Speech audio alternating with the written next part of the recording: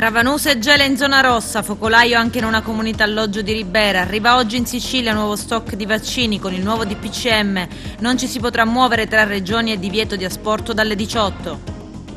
Bonificata discarica ad Agrigento, ma la municipale a caccia di chi non differenzia inquina. Pena, multe da 600 euro. Resta in carcere Salvatore Parla, 72 anni, di Canicattì, killer di Livatino. In caso di esigenza potrà essere disposto ricovero in ospedale. Giuseppe Falzone, 50 anni, di Campobello, già capo di Cosa Nostra, arresta al 41 bis. A Favara è inaugurata la Casa del Bambino, il negozio dell'infanzia dove i soldi non servono.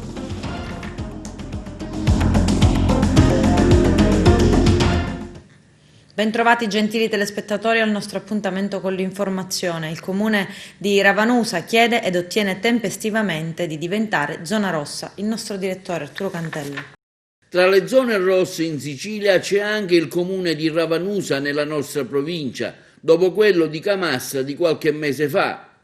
Il sindaco Carmelo D'Angelo aveva chiesto al presidente della regione, Nello Musumeci, per via dei contagi che avevano toccato quota 100, di valutare l'opportunità di dichiarare il territorio ravanusano zona rossa. Il sindaco, prima di inviare la richiesta, ha così riunito l'intera giunta, sentito l'unità di crisi e si è messo in contatto con l'onorevole Giusy Savarino, anch'essa di Ravanusa, che ha seguito l'evolversi della situazione del proprio comune presso l'ASP di Agrigento, facendosi anche portavoce delle istanze del territorio al governatore siciliano e al suo assessore competente alla sanità.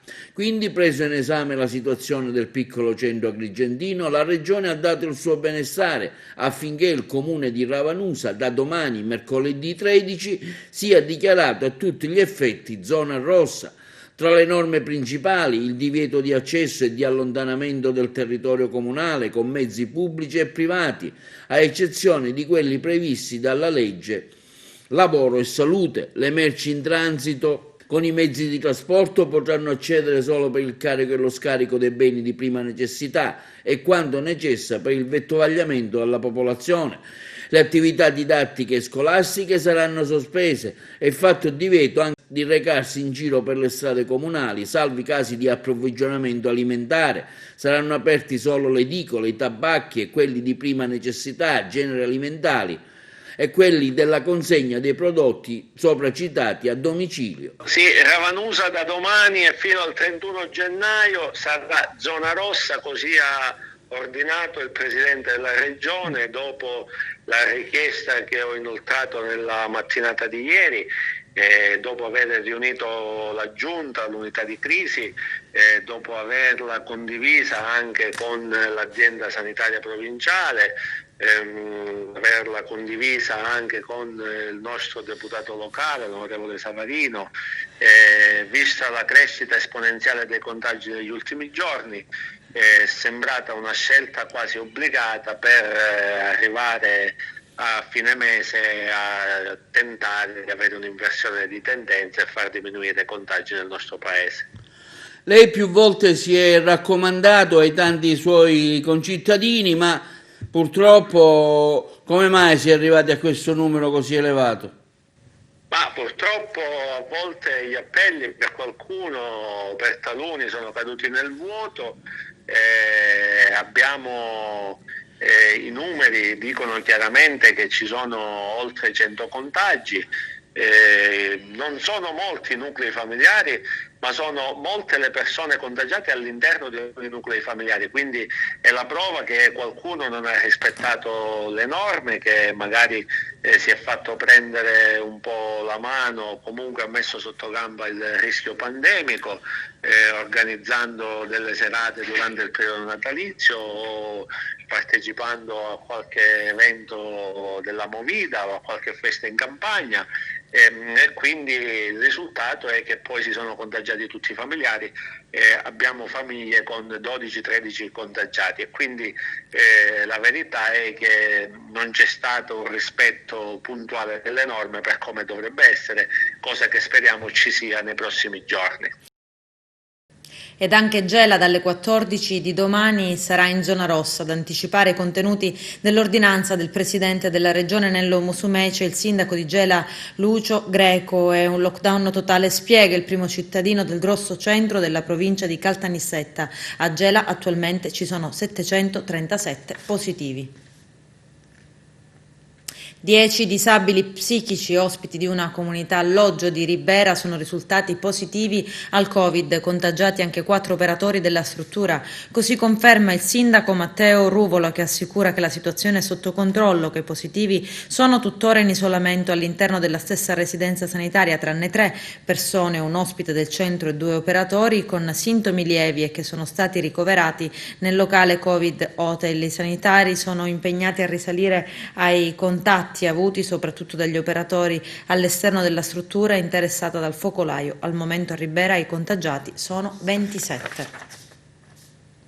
Nuovo DPCM, il governo conferma l'ipotesi dello stop all'asporto per i bar dopo le 18. Sarà vietato in tutta Italia, anche per le regioni gialle, superare i confini regionali. C'è il servizio.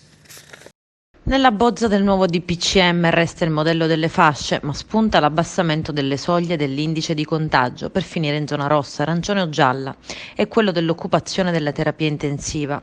Le norme dovrebbero valere fino a fine febbraio, mentre, secondo quanto detto dal responsabile della salute nella bozza, non c'è il weekend arancione in tutta Italia. Lo stato d'emergenza verrà prorogato fino al 30 aprile attraverso un decreto legge. È invece scomparsa l'idea di portare le regioni in zona rossa in base all'incidenza dei casi settimanali ogni 100.000 abitanti, perché secondo le obiezioni dei tecnici questo potrebbe portare i territori a effettuare meno test del tampone per rientrare nelle soglie. Inoltre sembra tramontata l'ipotesi di velocizzare l'iter di approvazione delle nuove norme, che prevedeva l'ok definitivo entro mercoledì 13 gennaio. Giovedì infatti è in programma un'altra riunione tra il governo e gli enti locali per l'illustrazione definitiva delle nuove regole. Soltanto successivamente arriverà il varo, che potrebbe avvenire in 2 giornate successive, secondo lo schema di novembre-dicembre, prima il decreto legge e il giorno dopo il DPCM. Secondo lo schema presentato alle regioni, sarà vietato in tutta Italia, anche per le regioni gialle, superare i confini regionali, tranne per rientrare nella propria residenza, domicilio e abitazione o per comprovate ragioni di necessità lavorativa e urgenza. Sarà vietato in tutta Italia vendere bevande e cibo dopo le 18, anche se consumati fuori dai locali. I centri commerciali continueranno a restare chiusi durante il weekend. Come detto, verrà stabilito il passaggio in zona arancione o rossa per tutte le regioni a rischio alto in base ai 21 parametri, tra cui la saturazione dei posti in terapia intensiva e in area medica e la possibilità di tracciare i contagi. Sarà confermato il coprifuoco dalle 22 alle 5 e la deroga che consente a 2 persone con figli under 14 o eventuali disabili di andare a trovare a casa parenti e amici una sola volta al giorno, oltre alla zona bianca alla quale si dovrebbe accedere con RT sotto 0,50 e un'incidenza di casi di 50 ogni 100.000 abitanti. Oggi in Sicilia approda proveniente da Roma uno stock di 56.000 dosi di vaccino. Renato Costa, responsabile per l'emergenza Covid a Palermo, commenta: noi siamo pronti a procedere ancora più spediti sulle vaccinazioni e speriamo che ci sia riconosciuta la premialità prevista dal governo nazionale per le regioni virtuose, il che significherebbe più dosi che arriverebbero in Sicilia.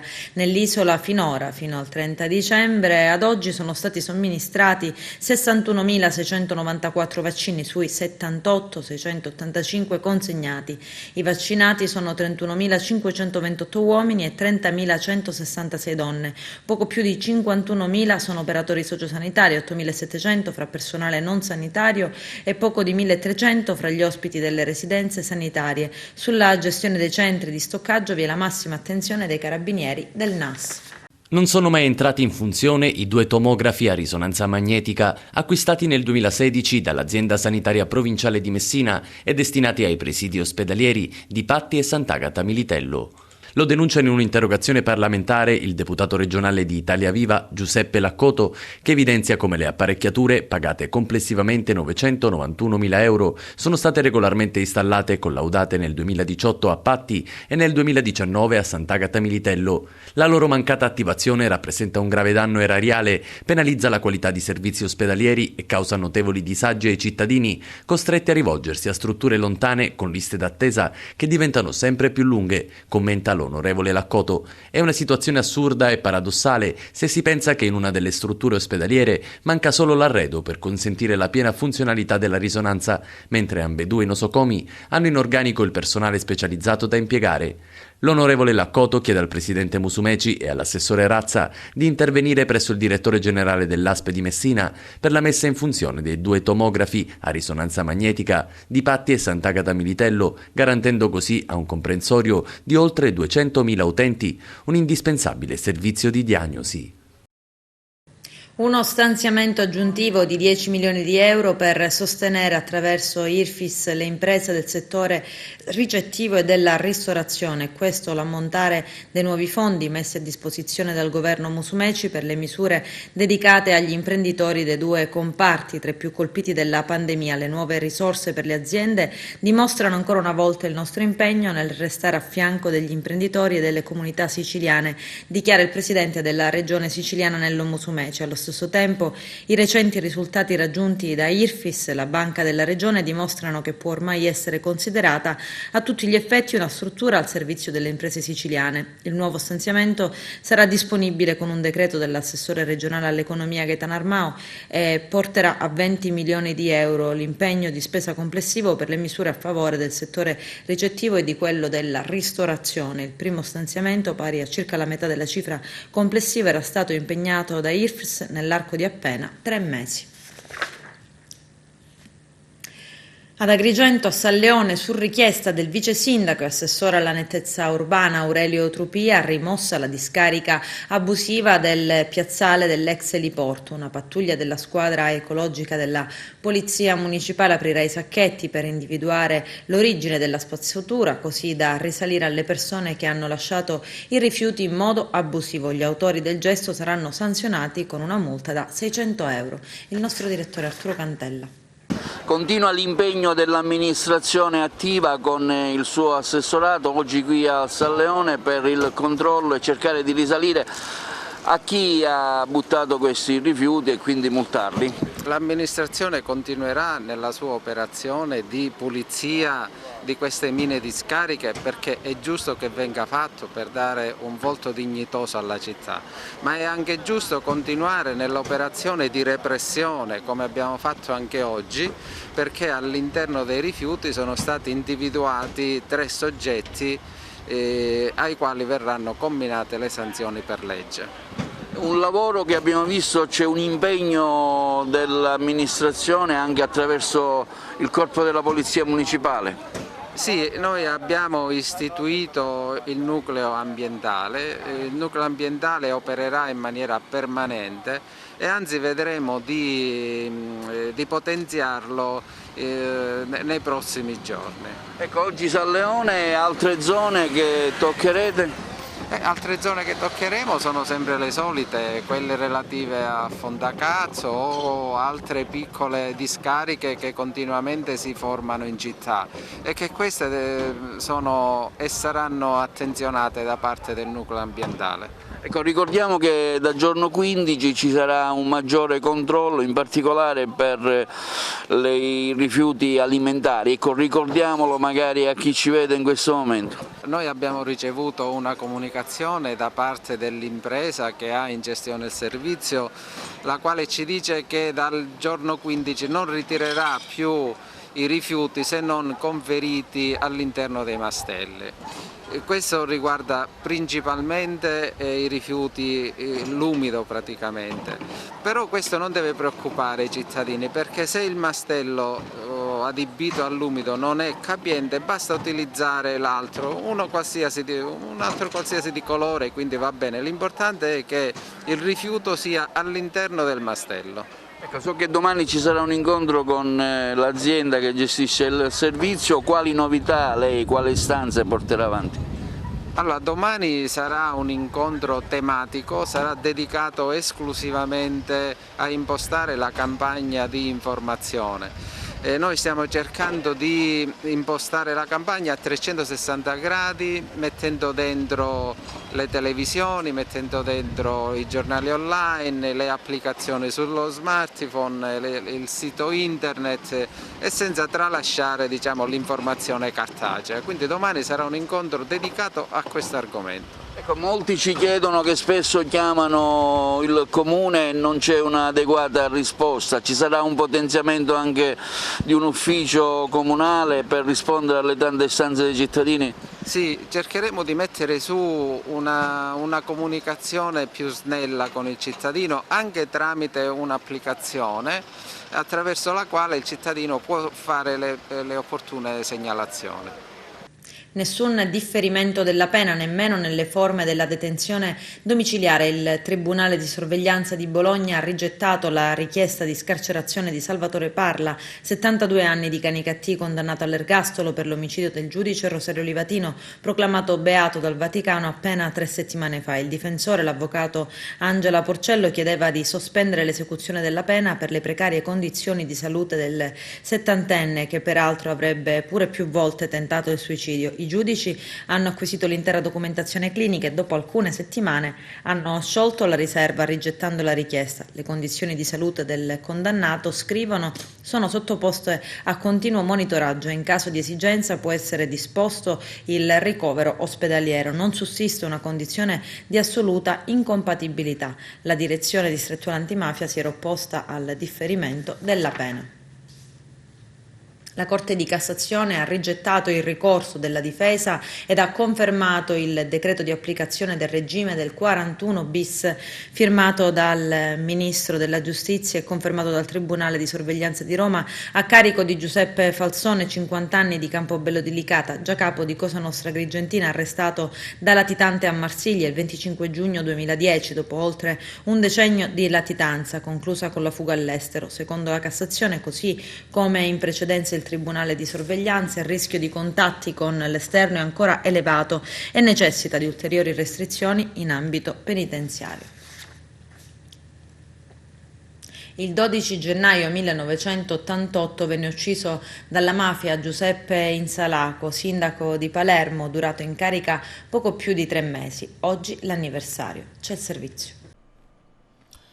Lentamente e tardivamente, al di là di fatti accertati nelle carte di alcuni processi, per esempio quello riguardante Giulio Andreotti, magari finiti con assoluzioni sulla base delle poche prove disponibili o con reati prescritti, esiste la logica, cosa differente dal sospetto o dai teoremi. Così scrive Russo su Live Sicilia, ed è effettivamente così. La logica dovrebbe aiutarci a comprendere l'ovvietà della presenza malefica di uomini, delle istituzioni, dell'intelligence nella scrittura delle pagine più sanguinosa della nostra storia repubblicana, quella storia ove Cosa Nostra, prima fra tutte, ma non solo, lascia ed ha lasciato il suo più tangibile e cinico segno. Eppure, molto prima delle stragi di mafia del 92, possiamo già osservare l'inizio di una serie di eventi criminosi di cui raramente sono stati catturati gli esecutori e di mandanti eccellenti, partendo già dalla morte del bandito Salvatore Giuliano nel 1950, del suo braccio destro Gaspara Pisciotta,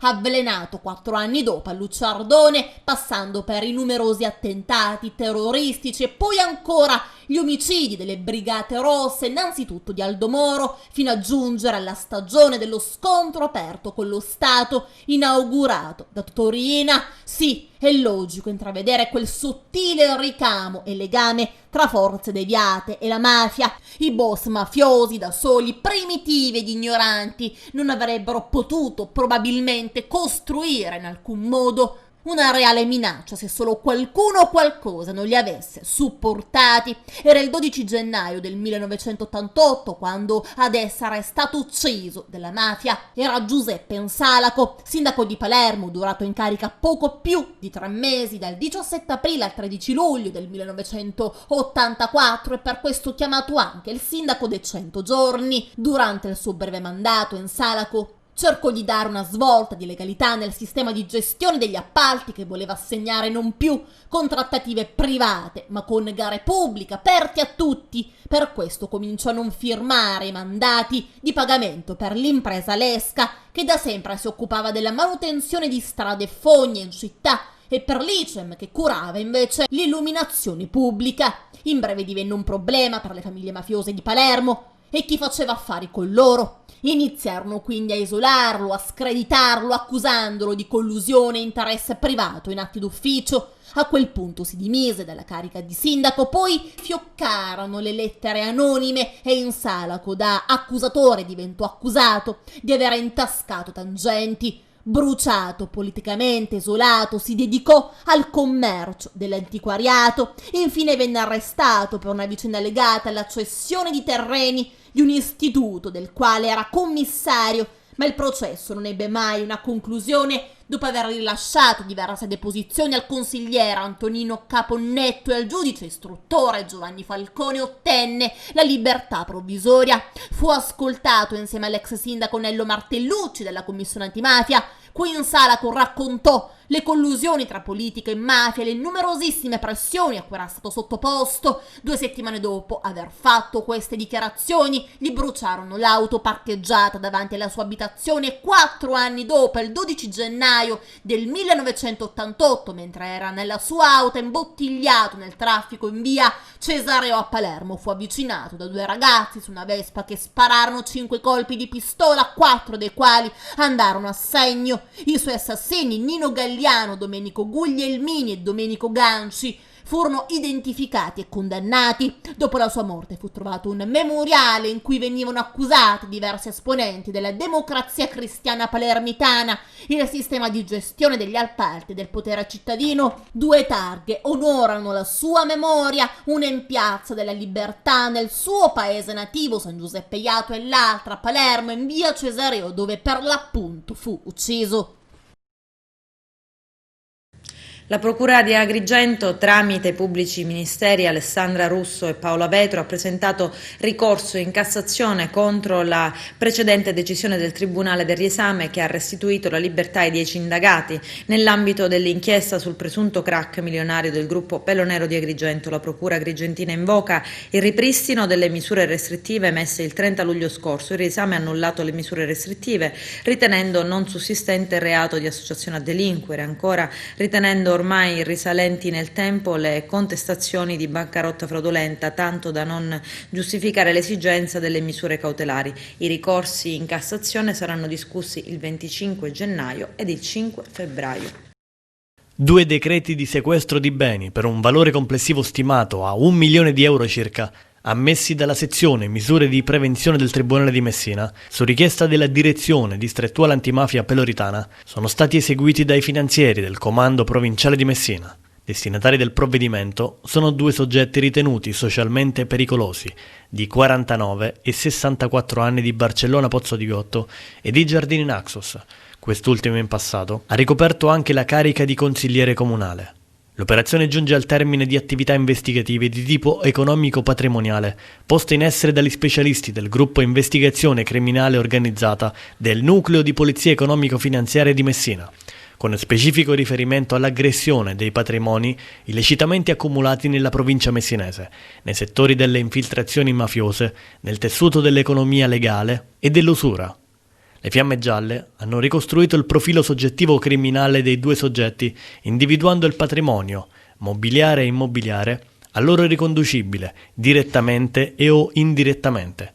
Secondo le indagini, si tratta di beni nel tempo accumulati in assenza di lecite fonti di reddito. Si tratta di un patrimonio costituito da 2 unità immobiliari, ubicate nella zona residenziale dell'area balneare di Barcellona Pozzo di Gotto, un fabbricato in Giardini Naxos e vari conti correnti bancari. Le indagini hanno permesso di dimostrare una significativa sproporzione tra il tenore di vita mantenuto ed i redditi dichiarati, attribuendo tale differenza, secondo ipotesi investigativa, ai profitti del reato di associazione a delinquere di stampo mafioso. Solidarietà a Favara, ecco la casa del bambino, il negozio per l'infanzia dove i soldi non servono. Arturo Cantella. Nasce a Favara la Casa del Bambino, un luogo dove la gente che ha bisogno si può recare per avere donato ciò che le serve. Il posto ha le sembianze di un vero e proprio negozio dove la gente si serve e che invece di pagare ne riceve una donazione. Ovviamente parliamo di quella parte di popolazione che ne ha veramente bisogno e si trova in seria difficoltà. Il posto si trova ubicato in via Vittorio Emanuele, nei pressi della Chiesa Madre a Favara, ed è intitolato a Maria Ghibellini Turco, una donna scomparsa da qualche mese che ha dedicato parte della sua esistenza ai bambini, ai malati e alle persone più bisognose, anche anziane. L'idea nasce dalla vulcanica mente di Antonella Monreale, molto nota nell'ambiente culturale favarese, dove insieme ad un gruppo di volontari del CIF ha voluto fortemente realizzare il negozio per bambini bisognosi. Benvenuti alla nuova sede CIF di Favara. CIF intitolata alla nobildonna Maria Ghibellini Turco. Vi voglio presentare le mie socie, le ciffine di Favara. Lei è Gela, lei è Angela e Giovanna. Prego, accomodatevi. Ecco Antonella, si occuperà dei giocattoli. Prego. Ecco qua Laura e Antonella. Loro hanno un compito importante, si occuperanno pure degli alimenti proprio indispensabili per chi veramente ha di bisogno. Chi siamo? Siamo le ciffine di Favara, da 4 anni che operiamo qua nel nostro paese. E che dirvi? Devo dire innanzitutto grazie. Grazie perché per i locali che ci sono stati dati gratuitamente, per la luce altrettanto e per tutti questi prodotti che vedete qua, tutti destinati ai bambini che hanno bisogno, perché non tutti nasciamo in famiglie agiate. Io vi invito dal giorno 11 a venire a donare e a ricevere. Noi siamo qua in vostra attesa. Favara ama Favara ed è la Favara che vogliamo. Polizia, avvicendamenti nelle questure di Caltanissetta e Gela. Arturo Cantella. Avvicendamento dei dirigenti della Polizia di Stato alla questura di Caltanissetta, nominato il nuovo capo di gabinetto il vicequestore Francesco Bandiera, nuovo dirigente del commissariato di Gela il vicequestore Felice Puzzo che sostituisce il dottore Salvatore Emanuele Tito Cicero. Operativi da ieri gli avvicendamenti di dirigenti della Polizia di Stato disposti dal capo della Polizia e direttore generale della Pubblica Sicurezza, il prefetto Franco Gabrielli, che riguardano appunto il capoluogo nisseno, come la provincia. Il nuovo capo di gabinetto e portavoce del questore Ricifari è il vicequestore dottor Francesco Bandiera, siracusano, 48 anni, sposato con 2 figli. Fino a ieri dirigente dell'ufficio prevenzione generale e soccorso pubblico della questore di Siracusa. Il dottore Bandiera è laureato in giurisprudenza, è stato trasferito a Siracusa nell'aprile del 2010 e proviene dalla questura di Milano, dove ha svolto la funzione di vice dirigente dell'ufficio prevenzione generale e soccorso pubblico, dirigente della sala operativa e ancora prima funzionario presso il commissariato Garibaldi Venezia e del reparto prevenzione crimine Lombardia.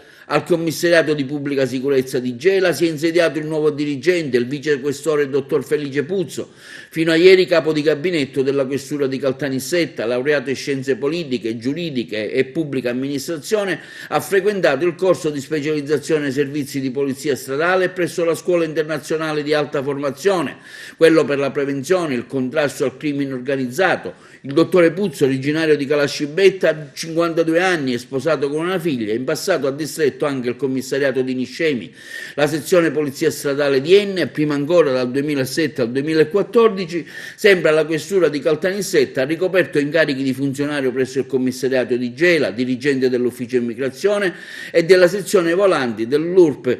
A Catania ha iniziato la carriera di funzionario di polizia presso il reparto mobile. Il dottore Puzzo sostituisce il primo dirigente, il dottor Salvatore Emanuele Tito Cicero, dirigente del commissariato di pubblica sicurezza da Cireale. Adesso c'è la pubblicità, a tra poco vi aspetto. È morto Domenico Marchico, 86 anni, figura storica di dirigente del Partito Socialista, più volte consigliere comunale e assessore al comune di Agrigento. È stato dirigente amministrativo dell'ospedale psichiatrico, ma anche un uomo di sport. C'è il servizio di Carmelo Lentini. Ci ha lasciati un'altra figura agrigentina di grande spessore umana e professionale. Domenico Marchica, politico di lungo corso, più volte consigliere comunale ed assessore di Agrigento, dirigente amministrativo dell'ospedale psichiatrico, componente del comitato di gestione della vecchia ASL. Da alcuni anni si era anche dedicato con passione e generosità al sociale, ma forse non tutti ricordano che Domenico Marchica è stato per un paio di anni presidente dell'Acregas, quello della svolta. Proprio con lui lo stadio Esseneto si trasformò in quello che ammiriamo oggi, dal polveroso fondocampo a quello in erba e ristrutturato totalmente. La compagine biancazzurra, stagione 1986-87, giocava nel campionato di Serie D, e allora si chiamava Interregionale, e quell'anno la squadra si classificò al quarto posto. L'allenatore era Guido De Maria, si giocava a Porto Empedocle e schierava la seguente formazione: la Gaipa Capraro Signorello, Culotti, Perdichizzi, Lorenzini, Quaglia, Pasquale Iacono, Chico, Manga, Ingrassia, mentre in panchina c'era un giovane portiere di Menfi, Bursi, Chirulli, Agrigentino e Ciccarelle, anche questo è cresciuto nella Valle dei Templi. La stagione successiva, 87-88, Domenico Marchica, insieme ad altri amici con i compianti Agro e il dottore Lodico, cercò di salvare squadre e società, ma quell'anno il calcio biancazzurro scomparve. Influì la solita crisi economica ed il dovere giocare perennemente fuori casa a Porto Empedocle, in quanto l'Esseneto era in fase di trasformazione. Ricordiamo i tecnici d'allora che si succedettero al capezzale del gigante: Tonino Lorenzini, Pulvirenti e poi Gaetano Longo. La stagione successiva, grazie all'intervento dell'onorevole Filippo Lentini, rinasce il calcio biancazzurro, ma questa sarà poi l'inizio di un'altra storia. Personalmente, da giovane cronista d'allora, serbo dei bei ricordi del dottore Marchica, disponibile, collaborativo e un grande appassionato dei colori biancazzurri. Alla signora Marchica e ai figli Luca, Alessandro e Gaetano le più sentite condoglianze, unitamente alla redazione di Televideo Agrigento. L'assessore regionale ai beni culturali e all'identità siciliana Alberto Samonà ha convocato il direttore generale del Dipartimento Sergio Alessandro, i responsabili delle soprintendenze di Palermo, Trapani, Caltanissetta e la direzione dei parchi archeologici di Segesta e Gela in merito ai siti siciliani individuati dal governo nazionale come possibili destinazioni per depositi di scorie nucleari. I dettagli nel servizio. Nella riunione con le sovrintendenze ai beni culturali di Trapani, di Caltanissetta e di Palermo e con i parchi archeologici di Segesta e di Gela è venuto fuori che entro 30 giorni le sovrintendenze formuleranno un parere che verrà espresso con una relazione tecnica sull'impatto che un sito di deposito di scorie nucleari potrà avere sul tema del paesaggio, specialmente in luoghi come quelli appunto individuati in provincia di Trapani e anche nelle province di Palermo e di Caltanissetta, che sono a nostro parere inidonei ad ospitare un deposito nucleare. E a questo proposito la relazione tecnica che le sovrintendenze redigeranno sarà sul tema del paesaggio e sul tema anche delle evidenze storico-archeologiche, ed è un punto su cui hanno anche sottolineato i direttori dei parchi archeologici, in particolare di Segesta. Parco di Segesta, la direzione ha sottolineato come in tutto il territorio trapanese vi siano tante evidenze archeologiche, tanti luoghi storici che rendono quel territorio inidoneo a una simile ipotesi. Peraltro vorrei ricordare che Trapani è candidata capitale della cultura per il 2022 e noi preferiamo che sia un luogo di cultura, un luogo di emozione, un luogo di paesaggio, un luogo di suggestioni, che non un luogo di discariche per depositi nucleari. Con questo è tutto, termina qui l'edizione del telegiornale. Grazie per la gentile attenzione e per essere stati con noi. A presto.